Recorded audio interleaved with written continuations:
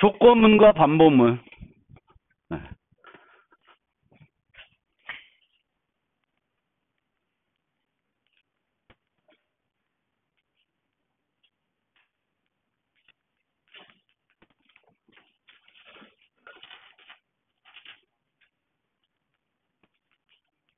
네. 조건문과 반복문. 조건문과 반복문 모르는 사람 있어요? 없죠? 최소 C는 배웠을 테고, 조건문과 반복문이 뭔지는 다 아실 거예요. 그래서 좀 빨리빨리 설명을 드릴 수 있을 것 같습니다. 그래서 원래 프로그램은 기본적으로 어떻게 실행된다? 라인 바이 라인. 순차적으로 실행되는 거예요. 근데 순차적으로만 실행해가지고 프로그램 짜라. 그러면 안 짜고 말이지. 그래서 그렇게는 못 짜요. 그렇게 짜기 못하기 때문에 제어의 이동이라는 기능을 제공해 주는 거예요. 제어의 이동이라는 거는 이제 순차적으로 실행하지 않고 다르게 실행할 수 있게 해주는 건데, 그 중에 하나가 조건문. 조건문은 가다가 어떤 부분을 실행 안 할 수 있게 해주는 거예요. 반복문은 어떤 부분을 반복적으로 실행할 수 있게 하는 거고, 그 다음에 분기할 수 있게, 뻥 뛰게 할 수 있게 해주는 그런 기능들이 있습니다. 그래서 제어의 이동. 근데 초창기 프로그램은 이 제어의 이동을 무분별하게 했어요. goTo라는 걸 이용해서. goTo X 하면은 X 위치로 그냥 막 아무데나 막 뛰어가는 거예요. 그래서 이거는 너무 디버깅이라든지 이런 거에 이제 문제가 돼서 지금은 안 쓰죠. 물론 쓰는 언어도 있고, 근데 지금은 이제 자바 같은 언어에는 제공이 안 되죠. 그래서 고우투 없이도 다 프로그램할 수 있다라고 증명도 다 되어 있고요. 그래서 우리는 고우투를 쓰지 않아요. 그래도 우리는 순차적으로만 실행할 수는 없고, 조건문, 반복문, 그리고 이런 메소드 호출, 그리고 분기문. 분기문도 고우투가 아니라 break, continue, return. return은 이 메소드 호출과 관련된 거니까 그런 종류의 제어의 이동을 가지고 프로그램을 작성하고 있다. 이렇게 이해하시고요. 그럼 if문. if문은 조건문에서 얘를 실행할 수도 있고 실행 안 할 수도 있어요. 얘가 참이면 실행을 안 하는 거죠. 그러면 기존 C와 자바의 가장 큰 차이점은 이 조건식에 있습니다. C에서는 얘가 뭘로 평가돼요? int. 자바에서는 불리언. 불리언으로 평가된다. C++도 불 타입이 있지만 C++은 C부터 계속 연속적인 거기 때문에 여전히 int로 평가가 된다. 그래서 CNC++에서는 이게 가능한 거죠. X 모드 2. 그러면 얘는 1 아니면 0이죠. 1 아니면 0이면 참 거짓 처리가 돼요. 근데 자바에서는 에러예요. 왜? X 모드 2는 정수니까. 결과도 정수예요. 그럼 정수로 평가되면 안 돼. 그러면 이렇게 해야 돼요. 이렇게 해야지만 자바에서 똑같은 거를 처리할 수 있습니다. 그렇고, 그 다음에 이것도 또 아시는 내용인데, else는 뭐랑 어떤 if랑 연관돼요? 가장 가까운 if랑 연관이 됩니다. 그래서 이 else는 얘랑 연관이 된다. 이거를 dangling s 문제라고 하긴 해요. 근데 여기에 교훈은 뭐예요? 이렇게 작성하면은 안 된다. 이렇게 자기 의도를 명확하게 해서 들여쓰기 잘해가지고 프로그램을 하셔야 된다라는 거고, 그리고 이제 조건문과 관련해서는 어떤 형태의 조건문은 if문어 쓰기에는 조금 번잡해요. 그래서 뭘 제공해 줬냐? 사망 연산자인 선택 연산자를 제공합니다. 특히 조건에 따라서 똑같은 변수를 A나 B 값으로 바꾼다. 그러면 얘는 if문으로 쓰지 마시고 뭘로? 사망 연산자로 쓰시면 돼요. 이런 거. 양수면 그대로. 음수면 양수를 바꿔서. 이렇게. 그러면 이렇게 쓰시면 돼요. 물론 이 경우도 x가 마이너스 최대값이면 죽겠지. 이상한 값이 되겠죠. 그래요. 근데 이런 거는 또 사망으로 할 수 있는지 잘 모르는 경우도 있어요. 60이면 패스 출력하고 60보다 아래면 실패. 뭐 이렇게 되면 이것도 이런 식으로 처리할 수 있습니다. 여기에 이제 결과적으로 다른 게 어떤 값이다. 그럼 그 값만 여기에 이렇게 그 조건물 따져서 처리할 수 있습니다. 이해되죠, 이거? 오케이. 그래서 if문 중에 어떤 형태의 if문은 if문 대신에 사망 연산을 쓰면은 더 간결하고 깔끔하게 작성할 수 있다. 그 다음에 if문은 이제 if s 또는 if else if 해가 쭉 나가죠. 그래서 이렇게 되는데 얘나 얘는 결과는 똑같아요. 이렇게 짜도 결과에는 변하지 않습니다. 근데 얘네들이 반복적으로 일어난다 그러면 효율성에는 상당한 차이가 있죠. 그렇죠? 얘는 무조건 몇 번 비교해요? 얘는 무조건 3번 비교합니다. 그레이드가 뭐든지 간에 무조건 3번 비교해요. 얘는 한 번만 할 수도 있고 2번만 할 수도 있고 상황에 따라서 다르다 이거예요. 그래서 같은 거면 이런 식으로 짜야 된다. 그렇죠?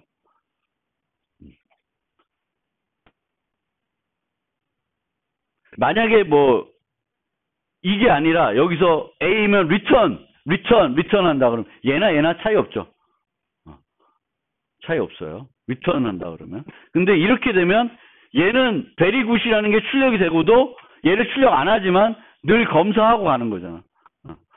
그리고 이 경우도 이렇게 짤 수 있고 거꾸로 짤 수도 있어요. 물론 이건 별로 중요하지 않은 것 같아. 근데 이제 우리가 데이터가 뭔지 알면 그 데이터에 맞게 또 프로그램을 짤 수 있고요. 그렇게 짜면 더 효율적으로 짤 수도 있다라는 거를 설명드릴 뿐입니다. 그러니까 A 학생이 60%, 그럼 이렇게 짜는 게 좋고 A 학생이 10%밖에 안 돼. 80%가 F야. 그럼 이렇게 짜는 게 훨씬 낫겠죠. 근데 데이터가 어떨지는 알 수 없으면 이렇게 짜는 게 더 가독성이 높을 테니까 이렇게 짜는 게 더 좋은 거예요. 어쨌든 다중선택은 순서에 따라 순서를 달리하면 효율성에 변화가 올 수 있다. 그 정도 이해하시고요. 이제 이 조건식에 지금까지는 원시 타입만 갖고 했어요. 원시 타입만. 근데 이제 자바에는 원시 타입 8가지가 있고 나머지는 다 무슨 타입? 객체 타입이에요. 객체 타입은 보통은 이 연산자 갖고 비교를 하지 않아요. 이 대신에 equals라는 걸 써요. 그래서 상태가 내부적으로 같은지 볼 때 equals라는 메소드를 씁니다. 근데 이 참조 변수는 연산자를 이용해서 비교는 할 수는 있어요. 요거나 not equal로는 할 수는 있어요. 이거는 절대 안 돼. 이런 거는. 이 4가지로는 참조 변수는 비교할 수는 없다. 근데 참조 변수를 이렇게 연산자 갖고 비교하는 건 뭘 비교하는 거예요? 주소를 비교한다고 생각하시면 돼요. 같은 객체를 가리키냐 아니냐. 그래서 그거를 늘 기억하고 계세요. 참조 변수를 연산자 갖고 비교하는 건 뭘 비교하는 거다? 주소를 비교하는 거다. 내가 원하는 게 주소 비교가 아니라 내부 상태와 같은지. 서로 다른 객체에도 얘도 안에 있는 값이 10이고 얘도 안에 있는 값이 10인지를 보려고 하는 거면 뭘 써줘야 돼요? equals 메소드를 활용해 주셔야 돼요. 반대로 여기는 안 써있지만 만약 이런 걸 하고 싶다. 그러면 compare to라는 메소드를 쓰게 됩니다. 자바에서는. 항상 compare to.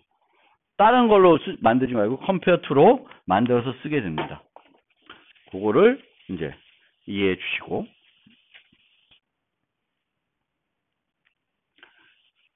그리고 참조 변수는 null이라는 값하고 비교할 수 있다. null. 널. 종종 메소드가 유효하지 않은 객체를 반환할 경우에는 널을 반환하게끔 만들 수 있어요. 옛날에 이제 스윙에서 이런 창이 떴는데 OK를 누르면 여기에 있던 문자열을 반환해줘요. 근데 캔슬을 누르면 널을 반환해줘요. 그러면 내가 인풋이 캔슬 눌렀는지 아닌지를 보기 위해서는 널과 비교하게끔 했어요. 그래서 이런 방식으로 썼는데 지금은 웬만하면 널을 반환하지 말라고 하고 있어요. 널을 반환하지 마라. 널을 반환하면 또 그것 때문에 오류가 생길 수 있어서 널을 안 반환하게끔 하고 있어요. 그래서 자바 FX나 최신 자바에서는 이런 경우에 옵셔널이라는 클래스를 쓰고 있습니다. 이건 나중에 한번 설명드릴 텐데 어쨌든 좀 다르게 쓰고 있다. 그래도 우리가 널을 쓸 수 있습니다. 그리고 종종 어떤 경우에는 쓰다가 객체 변수에 이퀄로 널을 해준 경우가 있어요. 어떤 변수에. 이거 왜 그럴까? 이거 왜 이렇게 할까?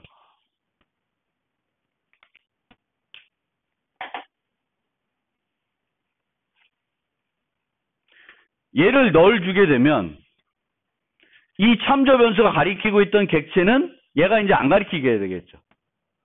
그러면 이 객체를 가리키고 있던 참조 변수들이 다 널이 되면 얘는 뭐가 돼요? 쓰레기가 되죠.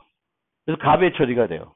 그래서 가베지 처리를, 쓰레기 처리를 촉진시키기 위해서 좀 더 빨리 하기 위해서 내가 쓰다가 이제 더 이상 필요 없는 애들은 널로, 그 참조 변수들을 널로 바꿔주는 그런 식으로 프로그램하는 경우도 종종 있어요.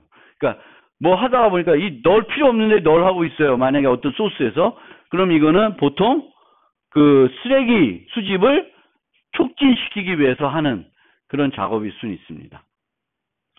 뭐 다른 용도로 할 수도 있지만 그런 용도로 할 수도 있다.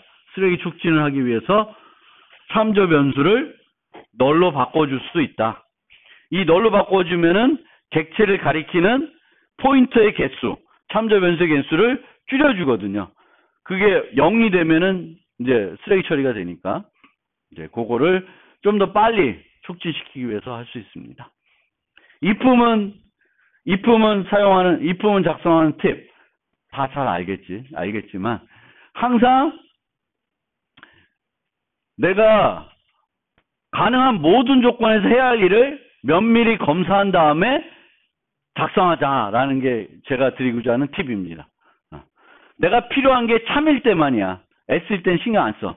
그래도 참일 때는 뭐고 S일 때는 뭐기 때문에 내가 무시해도 된다라는 거를 명확하게 검토하고 하셔야 돼요. 이제 그러다가 이제 실수를 하는 거예요. 정말 필요 없는가? 이걸 따져보라는 거예요. 그리고 이런 경우도 주가 참일 때예요. 그러면 거꾸로 작성해보는 것도 좋아요. 거짓일 경우는 먼저 작성해보는 거예요. 그러면 참을 오히려 더 잘 작성할 수도 있다. 이런 경우는 아까보다는 이제 조건이 복잡해졌죠. 그래서 내가 쓰려는 건 둘 다 참일 때만 쓰려고 그래. 그럼 나머지는 뭘까? 나머지는 뭘까를 따져봐야 돼. 이 경우에는 조합 따라서 세 가지가 더 있죠. 그렇죠? C1이 false이고 C2가 참인 경우, C1은 참이고 C2는 false인 경우, 둘 다 false인 경우. 그럼 이 각각에 대해서 어떤 경우인지를 잘 보고 합치고 뭐 안 해도 되고 안 해도 되는 거예요. 무조건 S로 통합하지 말고. 그래서 이렇게 모든 경우를 면밀히 검토해서 잘 생각해서 짜라. 왜냐하면 내가 생각하지 못한 부분이 있으면 그 부분 때문에 에러가 나는 거예요. 논리적인 오류. 여기서 뭔가 특수한 일을 했어야 되는데 안 하고 지나가면 이런 경우가 발생했을 때 문제가 생기겠죠. 그렇죠? 그래서 이거를 면밀히 생각을 해봐라. 너무 단순하게 빠이빠이 생각하지 마시고. 그 다음에 if문을 작성을 할 때, 이제 if문은 조건을 면밀히 따지라는 거고, 첫 번째 팁은. 두 번째 팁은 여기에 이제 조건식을 세우는데, 종종 이 조건식을 내가 틀리게 쓴다라는 거야. 틀리게 쓰는데, 이런 경우는 드물어요. 이렇게 써야 되는데, 이렇게 쓰고, 이렇게 써야 되는데, 이렇게 쓰고. 그런 경우는 그러지는 않는다는 거예요. 근데 어떤 경우를 많이 하냐면, 얘를 써야 되는데 얘를 쓰거나, 얘를 써야 되는데 얘를 쓰거나, 이런 경우는 이제 종종 있다는 거예요. 프로그램을 잘하는 사람도 하다 보면 얘를 써야 되는데 얘를 쓰고, 얘를 써야 되는데 얘를 쓰는 거예요. 이 예제가 그거예요. 프랑스 국기를 그려라. 프랑스 국기. 죽기 전에 꼭 한번 파리는 가보세요. 아름답습니다. 파리는 가보세요. 파리스. 아직 내가 프랑스하고 이탈리아는 가봤는데 스페인을 가보고 싶은데 언제 가보지? 가보긴 가보겠죠. 근데 하여튼 여러분들도 유럽죠. 특히 여유 되시면 학생 때 배낭 메고 한번 가보세요. 제가 작년에 가족 여행으로 이탈리아 가봤는데 내가 이런 데를 왜 학생 때 안 해봤나. 한번 가서 자전거 하나 빌려가지고 좀 다녀본다든가 이러면 좋았을 것 같은데, 노숙하고 그럼 좋을 것 같은데, 꼬맹이 데리고 가가지고 어디 막 허름한 데 가서 자고 막 이러지 못하잖아요.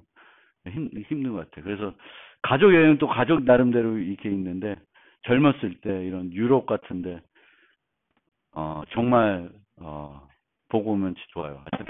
딴 얘기고, 프랑스 국기를 그린다. 프랑스 국기는 3등분이 돼야 되죠. 그래서 여기에 보면 어디는 파란색, 어디는 하얀색, 어디는 빨간색으로 그려야 돼요. 그러면 문제가 뭐냐면 위스가 주어져요. 위스, 폭이 주어지면 얼마만큼은 파란색, 얼마 하얀색 이렇게. 그럼 이제 여기를 프로그램을 해야 되죠. 프로그램을 해야 되는데, 그럼 어떻게 하냐? 좌표는 0부터 시작한다.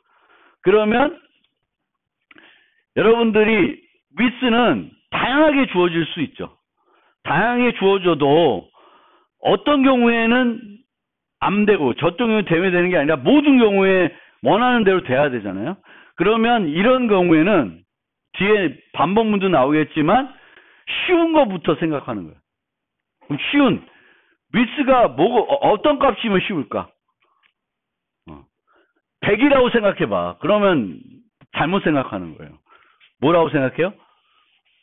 뭐 300 아니면 뭐 30, 6 뭐 이렇게 좀 3등분 되는 걸로 생각을 해보시는 게 제일 좋다. 그럼 그때도 돼야 되는 거예요. 그럼 그때 되면 100일 때도 어떻게 되겠지. 이렇게 생각하는 게 편한 거예요. 100일 때부터 생각하면 0에서 30까지 그리고 막 이렇게 따지면은 더 헷갈리다. 그래서 30이면 0에서 29까지 있고 0에서 9까지 10에서 19까지 20에서 29까지를 파란색, 하얀색, 빨간색으로 그리자. 그럼 0에서 9가 나오려면은 식이 어떻게 돼야 돼? 위스 나누기 3. 그럼 10이죠. 그러면 여기는 x는 위스 나누기 3 하면 돼요. 그렇죠? 이퀄로가 아니라 그냥 3. 그러면 여기는 0에서 9까지를 처리할 거예요. 그렇죠? 그 다음에 여기도 x 위스 나누기 3 곱하기 2 하면은 얼마야? 20이 되죠. 그렇죠? 그러면 0에서 10에서 19까지 그리겠죠. 그래서 요런 머릿속으로 아니면 손으로 금방 계산할 수 있는 값을 생각해보고 범위를 그려보고 식을 세워보고 식이 맞은 다음에 식을 세우면 그러면 이제 이거를 100으로 바꾸면 33 되겠고 뭐 얼마 되겠지. 대충 되네 뭐. 뭐 약간은 안 맞을 수 있는데 어쨌든 제일 쉬운 방법이 내 상황에서 내가 생각할 수 있는 가장 간단한 예제부터 검사를 해보자. 그 검사를 해서 식을 세워보자. 그럼 그때도 맞아야 돼요. 그때도 돼야 되는 거지. 그렇게 생각해 보시면 돼요. 조건식을 좀 복잡하게 짤 때는 이제 조건식이 여러 개 나올 수 있죠. 여러 개 나올 때는 이제 논리 곱, 논리 합 뭐 쓰시면 되겠고, 이 논리 곱과 논리 합은 뭐가 된다? lazy evaluation 아니면 short circuit evaluation을 해요. 그래서 미리 이미 값이 뭐가 될지 알면 나머지를 안 하는 거죠. 그렇죠? lazy evaluation이라는 게. 그래서 if이 널이면 이게 false가 되죠. false가 되면 뒤에 거와 상관없이 논리 곱은 false가 돼요. 그럼 뒤에 걸 안 해. 그래서 널이면은 이걸 안 하는 거지. 그렇죠? 그래서 이런 뭐 이것도 마찬가지고 0이면 나머지 값을 계산 안 하는 거죠. 그래서 지연 평가를 한다. 그리고 자바에는 BT 연산할 때 이제 얘네들 쓰는데 얘네들을 논리 곱, 논리 합에 쓸 수도 있어요. 비교식에. 근데 얘와 쟤와의 차이점이 있어요. 뭐냐? 얘네들은 레이지 이밸류에이션 안 한다.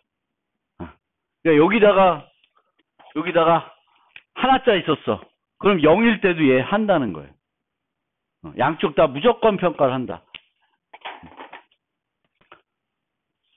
그거 알아두시면 돼요. 그리고 이 조건식을 세울 때 옛날 수학 시간으로 되돌아가서 드모르간의 법칙 그리고 결합법칙, 분배법칙이 성립한다 라는 거를 기억해 두시면 조건식을 세울 때 도움이 됩니다. A and B and C는 이렇게 위치 바꿔도 상관없는 거고 상관없고 이게 이제 분배법칙이죠. A and B or C면 A and B or A and C 이렇게 되는 거예요. 보통 요거를 이렇게 간결하게 바꾸려고 많이 써요. 요거를 이렇게 드모르간의 법칙. 드모르간의 법칙은 요 전체 and는 얘 and와 이 and가 or로 바뀌고 or는 and로 바뀌고 이게 드모르간의 법칙입니다. 그래서 만약 이런 식이다. 그럼 얘 이렇게 되는 거고 얘면 이렇게 되는 거고 내가 어떻게 사오다 보니까 이렇게 색을 썼어. 그럼 이거 드모르간의 법칙. 그러면 이렇게 바꾸시면 깔끔하죠. x는 0보다 크고 10보다 작은. 이거 봅시다. 이게 예제인데 서버가 크래시하는 조건이에요. 서버가 크래시. 서버가 과열되었고 냉난방이 동작하지 않으면 크래시해요. 서버가 과열되었고 시스템 쿨러가 동작하지 않아도 꽝이 됩니다. 크래시 돼요. 그래서 그러면 얘를 요 식을 세워라. 그럼 식을 세워야죠. 저걸 보고. 세울 수 있어요? 서버가 크래시하는 조건을 저 있는 그대로 써보면 오버히티드 돼야 되죠. and room condition is off예요. on의 반대가지. 이러면 요쪽 첫 번째 조건이에요. 그렇죠? 첫 번째 조건. 이게 이제 두 번째 조건. 오버히티드 돼 있고 쿨러가 꺼져 있고. 근데 이렇게 쓰면 이것도 만족할 수 있는데 얘를 좀 단순해보자. 단순해보자. 그러면 뭐부터 해볼 수 있어요? 이게 뭐야? 이게 뭐지? 얘 쓴 거죠. 분배법칙. 분배법칙으로 얘도 오버히티드니까 오버히티드를 뺐어요. 빼면 이렇게 되죠. 오버히티드 and 얘 아니면 얘. 둘 중에 하나 되는 거죠. 처음부터 일로 가시는 분은 천재고 이렇게 돼 있어요. 그럼 얘도 엔드 붙어 있네. 오어로. 그러면 이거는 드모라이 법칙을 쓰면 돼요.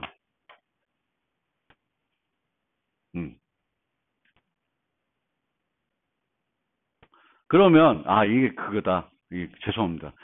is on 동작하는 조건 이거의 반대가 돼야 돼요. 예. 우리가 아는 거는 언제 크래시하는 거고 이제 설명을 잘못했습니다. 그래서 이렇게 계산이 됐는데 얘를 반대해 줘야 돼. 반대. 그러면 not을 붙이니까 not overheated or